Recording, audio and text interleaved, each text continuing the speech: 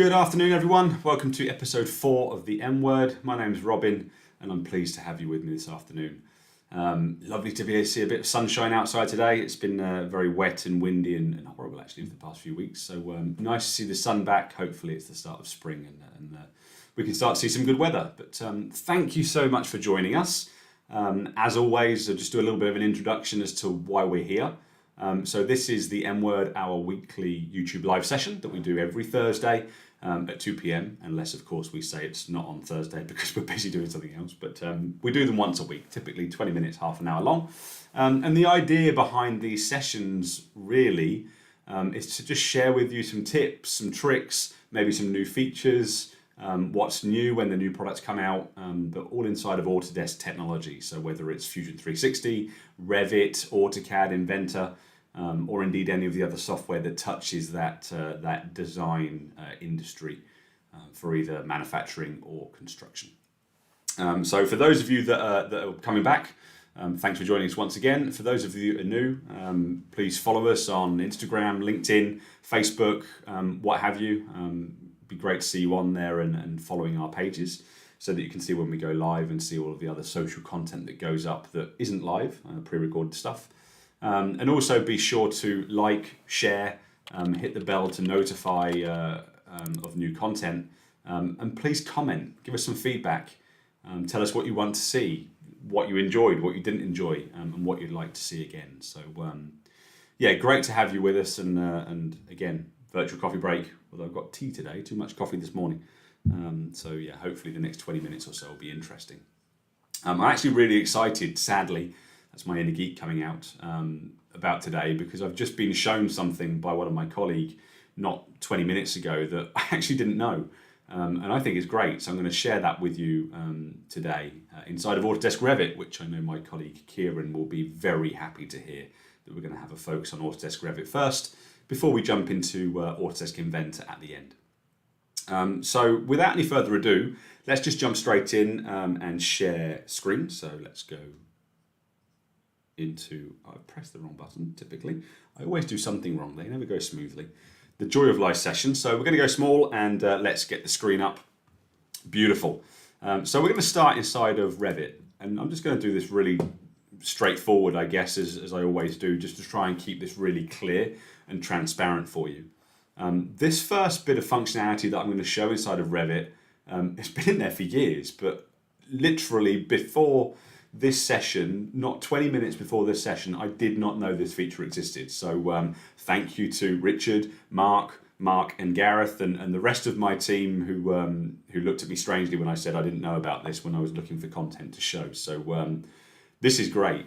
Have you ever had a building in Revit and you want to show that building on one of your sheets, but maybe with the roof exploded with some trail lines on there, or maybe with the walls separated from the model, or even the doors separated from the wall, to allow you to visualize or show some a different look or feel of that particular building.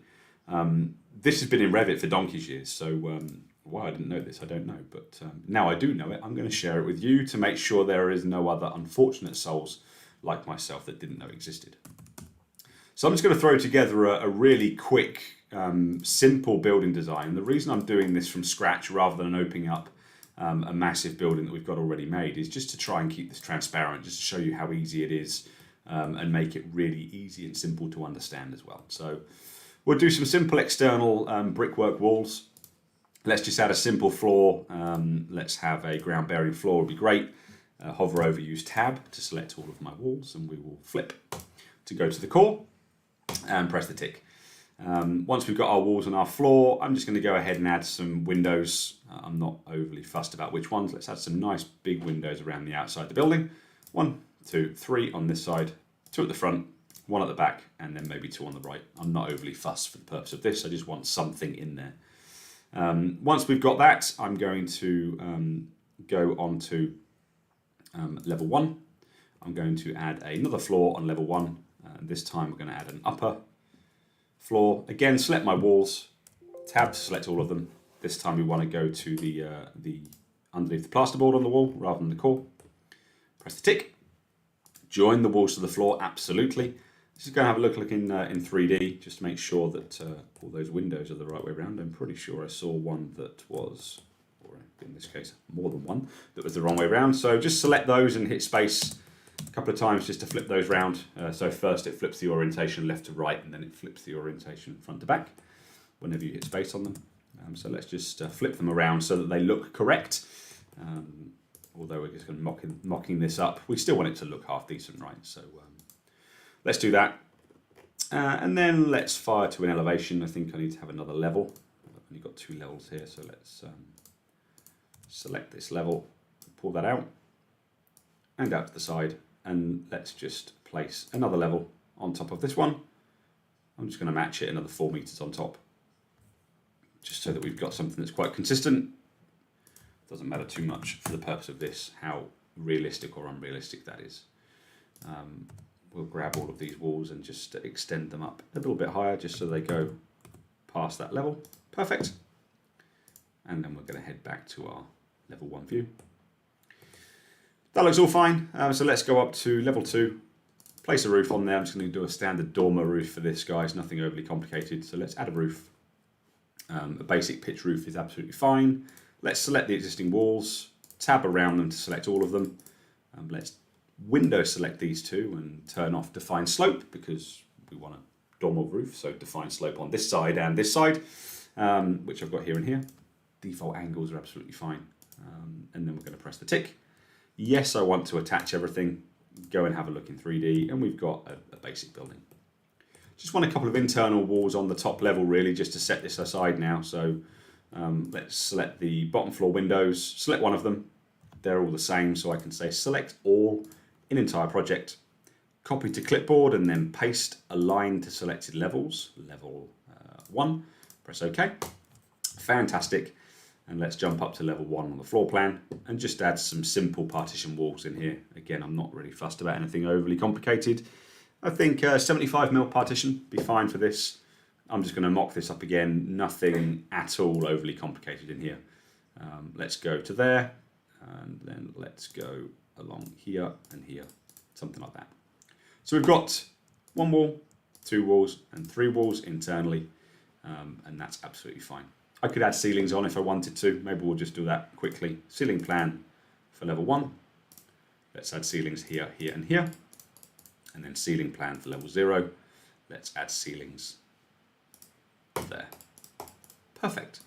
So very rough and ready. We've got something that looks a little bit like a building. Yes, there's no detail on there as such, but we've got something that I can use to show this next piece of functionality. So what I'm going to do is create a new 3D view. So this is just the default view. I'm going to duplicate that view in my browser. So let's just go to 3D, right click, just duplicate it as a standard view. And then I'm going to right click and rename that view to exploded, apart from caps locks on. Here we go, exploded view 1. And then with that exploded view 1, I'm going to change it to suit the kind of look and feel that I'm going for. So let's right click and hide all of those elements. I should have done the category, never mind. Right click, hide elements. And what we want to do is create an exploded view. So I want to create a view whereby I can pull the roof up and away from the house. And then the internal partitions that I've got, I can also pull up and away from the house. And I can see the trail lines perhaps of where they are. And you can do this in any direction, not just up. You can move left and right and front and back. Pull doors away from walls and stuff like that, and we'll go through and maybe show that as well. Why not? Let's add a door on there as well, just for argument's sake. So let's add a door, single door for this, please, rather than a double, and we'll just place 1 just for the purpose of this. Beautiful. So with that door in place, we're going to use our exploded view 1, not our 3D view. And then select any element that you want to move. This might be a mass selection, a bulk selection, or it might be a singular selection. So the first thing I want to do is pull the roof right up out of the way. So what we'll do is we'll select the roof with a standard selection. Your modify bar will come up on the ribbon, your tab on the ribbon will naturally come up automatically, as you already know. And on that, if you look under modify and view, you can see here that you've got displace elements. Now this is view specific, and again, no word of a lie, I've been using Revit since 2003. when I joined Man and Machine, and I did not know that this functionality existed. So hopefully you did, in which case great.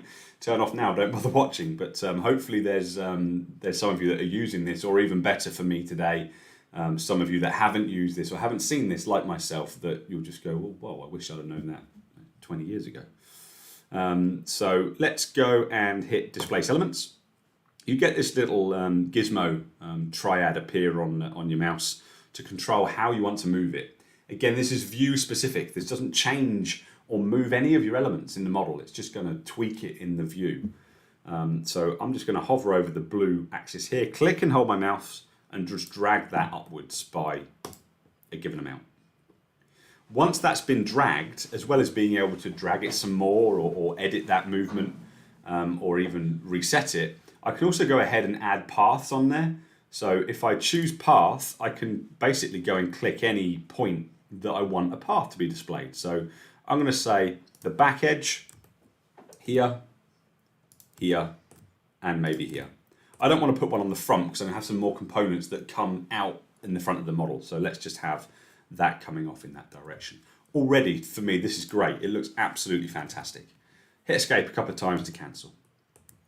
What we're going to do then is pull the rooms and the ceilings up. So, and I can do these as two lumps. So again, I can go and hold down Control and select the individual ceiling elements, like so. Again, we can go in and click Displace Elements, drag these upwards with the Control like so. I can do them individually, so if I wanted to have one slightly higher than the other, just select them individually and tweak them and move them as you see fit. I'm going to move them as a lump because I'm feeling a bit lazy today, and because you kind of get the point, I think, of what we're doing here. So we'll pull those up like so. Press Enter. And then we're going to do the same thing for these walls. Okay, so maybe I'm just going to do one wall for the purpose of this, which is just this one with the door on here, just to show the functionality. Again, we're going to select the door and the wall first of all. We're going to displace them, drag them upwards in the Z, like so. So they're looking something like that. Great. Press Return.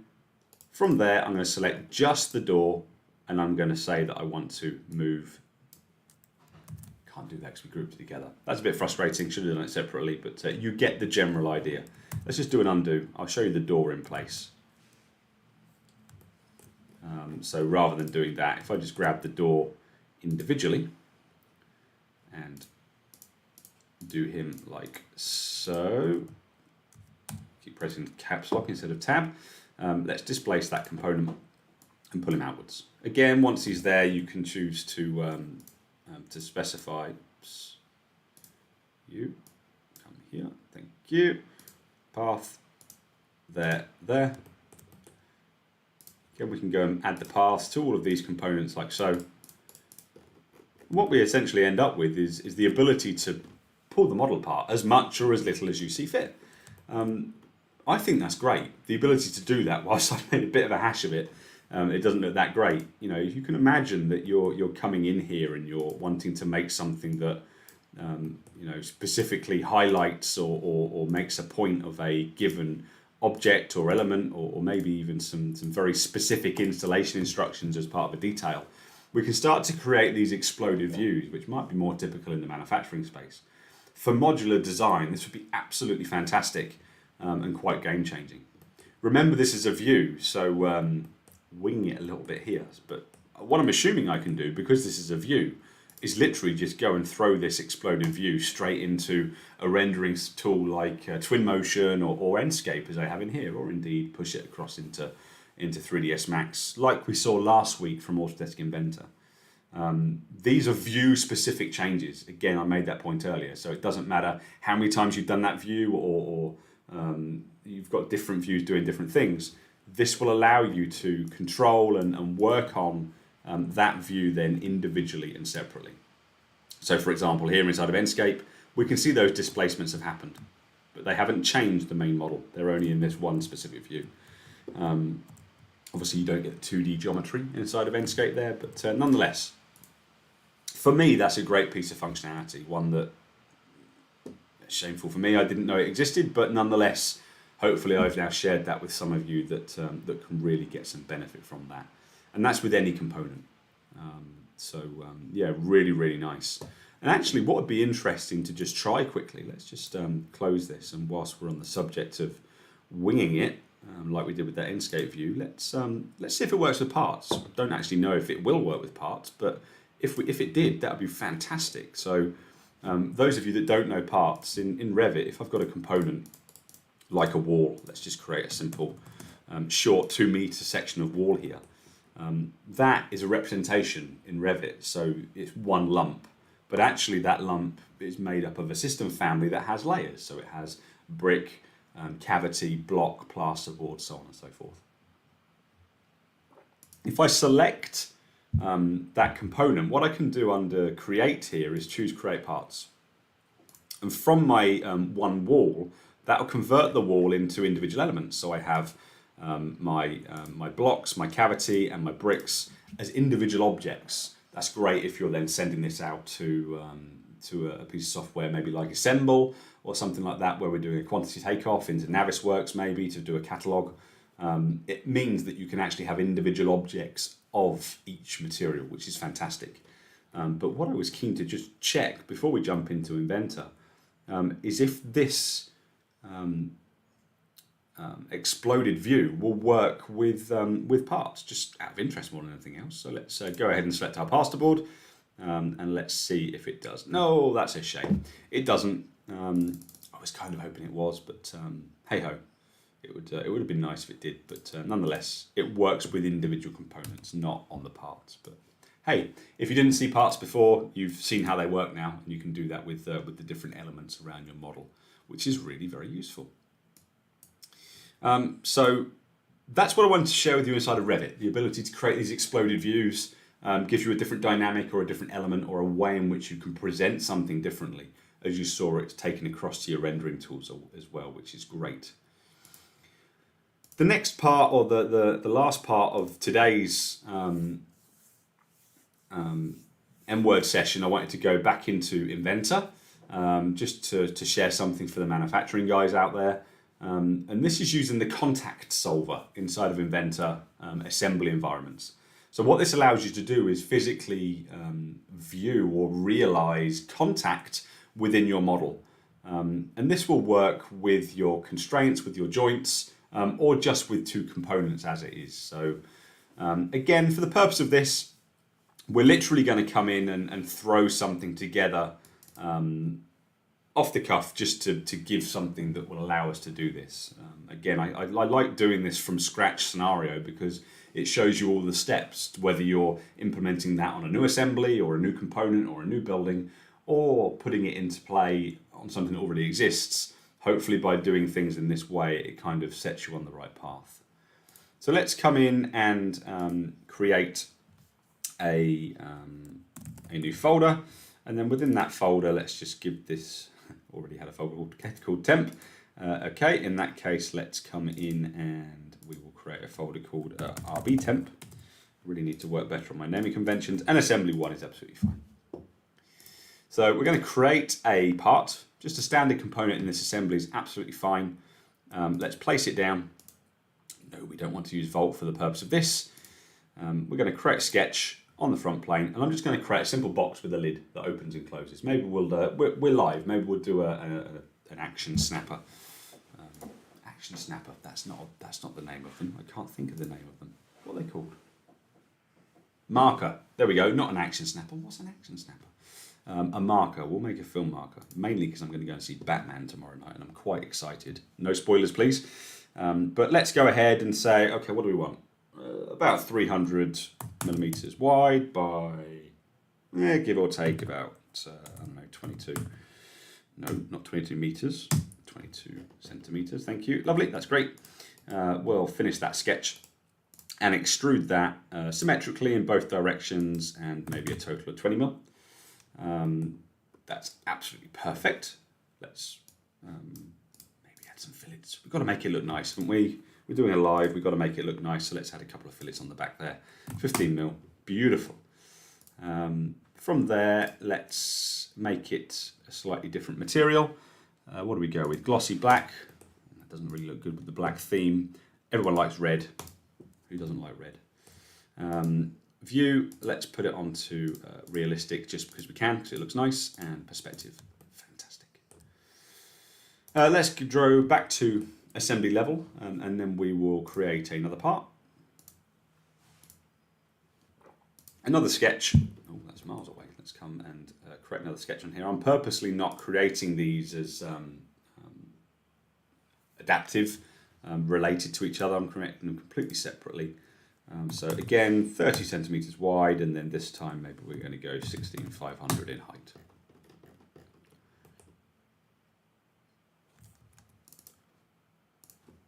Thank you. Too many zeros on there. When I say too many zeros, 1 0 instead of no zeros. Let's finish that sketch, and we'll extrude him out again.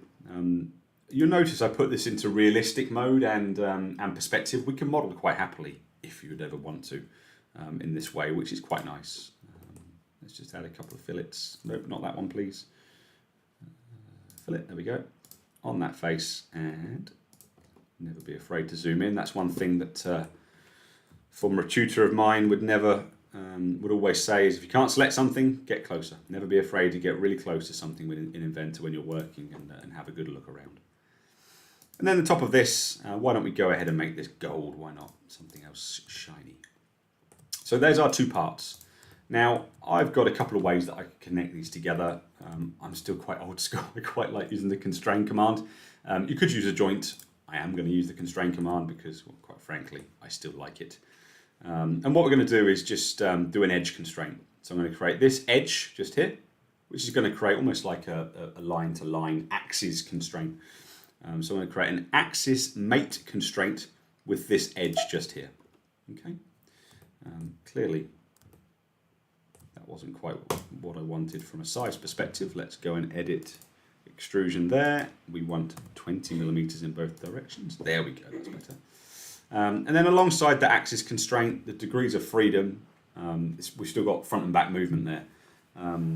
If you wanted to view that, remember you can hit view and degrees of freedom to see where that motion is.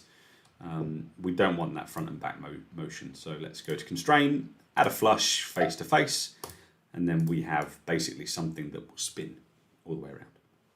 Now I want to, I don't want to use the word simulate because we're not really simulating motion here, but I want to visualize that contact, or at least get an idea of that contact. So to do that, all I need to do is just tell components that they are part of a contact set. So I can right click part 1 over here in the browser, and I can come down and select contact set. You'll notice the icon changed just here to show that it is a contact component. I can do the same thing on part 2, right click contact set. Now the reason this is something that you have to turn on or off, you imagine you've got a massive assembly with loads of moving parts that do contact, it's going to slow things down because Inventor's constantly going to be checking, is there contact, okay?